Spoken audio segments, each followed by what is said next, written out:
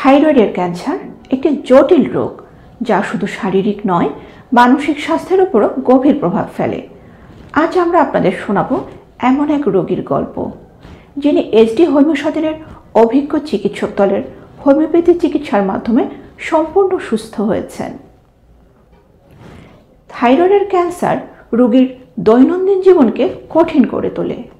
প্রচলিত চিকিৎসা পদ্ধতি অনেক সময় দীর্ঘমেয়াদী সমাধান দিতে পারে না, তবে এসডি হোমিও সদনের অভিজ্ঞ দল এই চ্যালেঞ্জটি সফলভাবে মোকাবিলা করেছেন। এই হারবালা দিয়ে খাইছি, তাতে কোনো উপকার পেয়েছিল? এক বছর খাইছি, কোনো কিছু আমার এই রস করা পাকা গলা কিচ্ছু কমাইতে পারি না, খাওয়াও খাইতে পারি না। একদিন এই ডাক্তার সাহেব, আমার ডাক্তার সাহেব এই ডাক্তার 6 বছর না 5 বছর আমি অহন্তেই বাগান আমি কাজ করি। আমার মেয়ে চাকরি করে, আমার রান্না বাড়ি করতে টাকা দিয়ে করতাম। আলহামদুলিল্লাহ, মাশাআল্লাহ।